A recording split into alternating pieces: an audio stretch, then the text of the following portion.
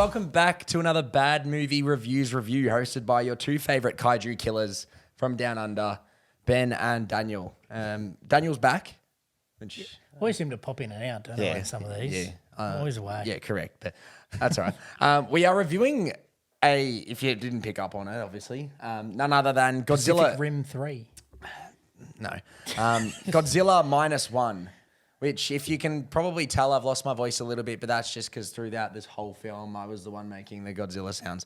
No, it wasn't. But yeah, it is a bit of a different take on Godzilla in the sense that it is obviously, most recently we've obviously had Godzilla and Godzilla v Kong, and then there was also Shin Godzilla, which is another Japanese film. But this is obviously a Japanese film in itself, and it is set post World War II.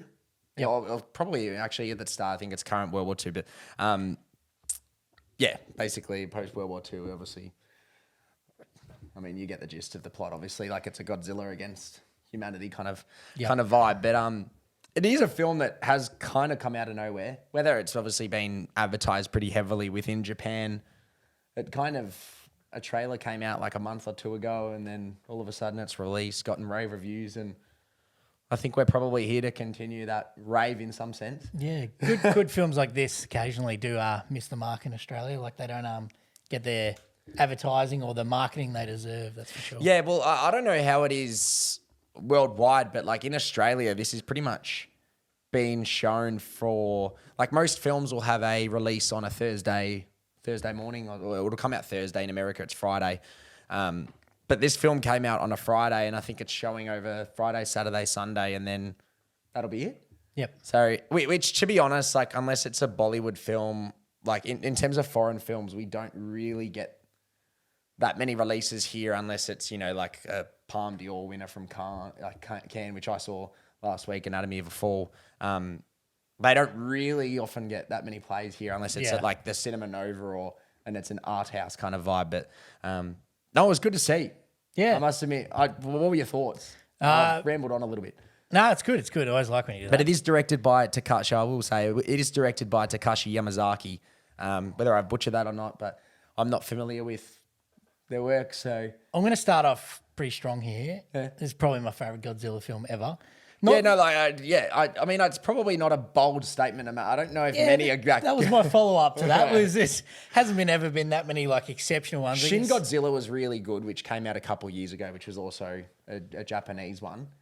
Generally speaking, the American ones are pretty awful. Yeah, and I will touch on that in why I think so. But yeah, keep. But nah, this film was great. Like it made him. Like terrifying and seem indestructible. Other like in other films where he's like this immovable object, but then they like move past it. It seems like that's a near impossibility. But I actually loved the side story to this film, and I think that's one thing that I enjoyed it the most. Godzilla films always been great on their like action and destruction and whatever, and had their main characters, but never really had like a kind of a sufficient plot to hold the rest of the movie when Godzilla's not in the frame, I think. Where this movie did that, I thought exceptionally well. It actually told its own story on the side that was a man like that's going through like trying his own torture from his past problems, and then trying to avenge and revenge all that, and then a bit of love story all in there. And I was actually captivated by the other things that were going on in the background, but it didn't draw away from Godzilla. It was just like. It gave you, I guess, a little bit more passion for the characters that exist, and more something to more relate to in a movie with a giant dinosaur. But it was good. I really enjoyed that side plot, and I thought it was. I feel like it's probably in the main plot of the film, and I feel like Godzilla's probably the side plot, and that's probably why it worked. I think it's a lot better than like the most recent, obviously American remakes, and because. When you really think of it, like if you think of Godzilla, it's Bryan Cranston, and it's literally just Godzilla's running rampant, and that's the story. There's no, like, Bryan Cranston's character dies within like 15 minutes of the film. And then King of Monsters, it was that one where it was weird as, and they went through the underworld or whatever. Remember that? They went to like kill all the other kaijus, and then they used Godzilla as a friend, and now there's obviously there was Godzilla v Kong, which... I missed that actually, which I'm not sure if that's good or not. No. No, there's a second one coming. Like, I think it was good on the action side of things. Oh, the action was good. Yeah. But like you'd expect that. They spent, $200 million. I think you're right. I think the part that was the strength of this film was the fact that Godzilla wasn't the, I guess, the key feature of it.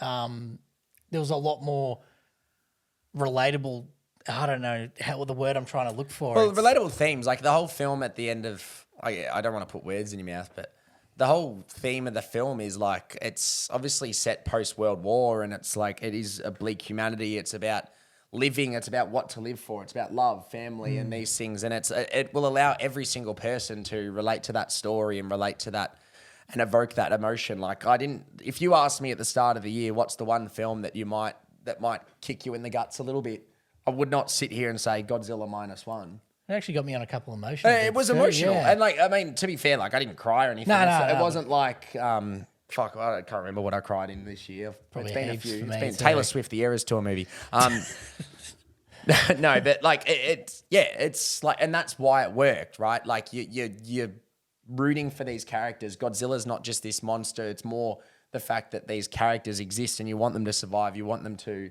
go through this. Like the progression of each character had a situation, and you really want them to, like it was bleak. It was a bleak film, and the whole, I guess, theme of hope and what to live for. And it's like everyone can relate to that, whether it's family, loved ones, Correct. Yeah.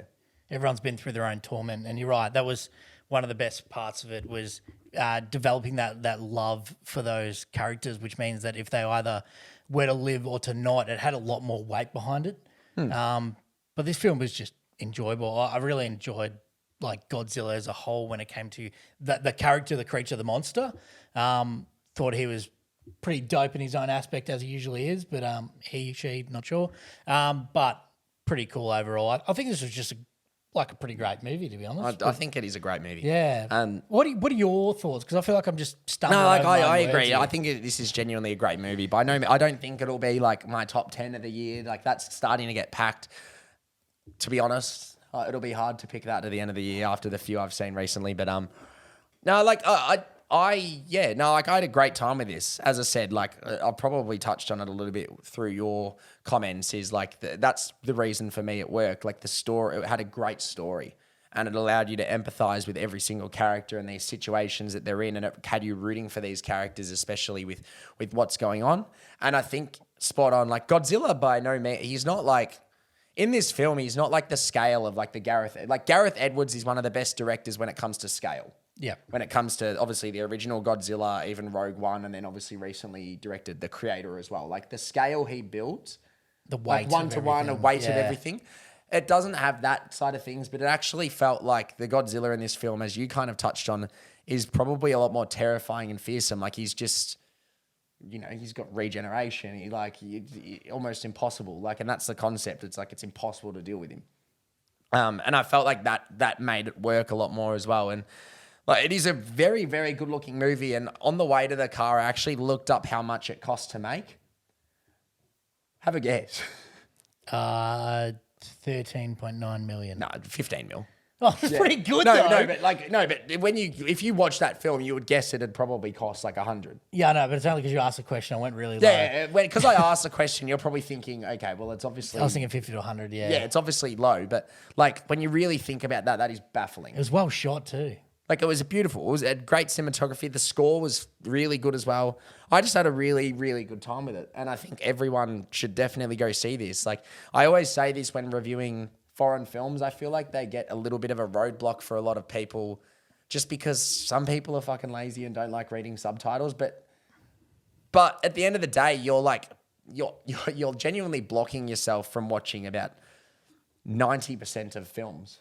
Yeah. Because there's only when you think of the English language, there's literally only 3 countries or 3 major countries that are making films in that language. Yeah. So when you think of English language films, there's it's obviously the biggest, probably one of the biggest markets, but you are restricting yourself to watching a lot of major art forms in that language. So I do think it's something that I always advocate for, because there are impeccable movies in foreign languages. Not all film, the Hayao Miyazaki films coming out next week, which I'm super fucking excited for, but that's a film which gets such big buzz that it does get translated to English and it does open itself to more a more wider audience. But I just feel like a lot of people should genuinely go out of their way to support foreign film. I mean, obviously, if you're watching this, it could even be your native language. I don't know, but my favorite war movie of all time is a foreign film. All Quiet on the Western Front. Like for me, struggle to see why I try to read things or vice versa, whatever. But phenomenal film. Like, you really are robbing yourself of experiences if you're not opening these doors. That's for sure. Yeah.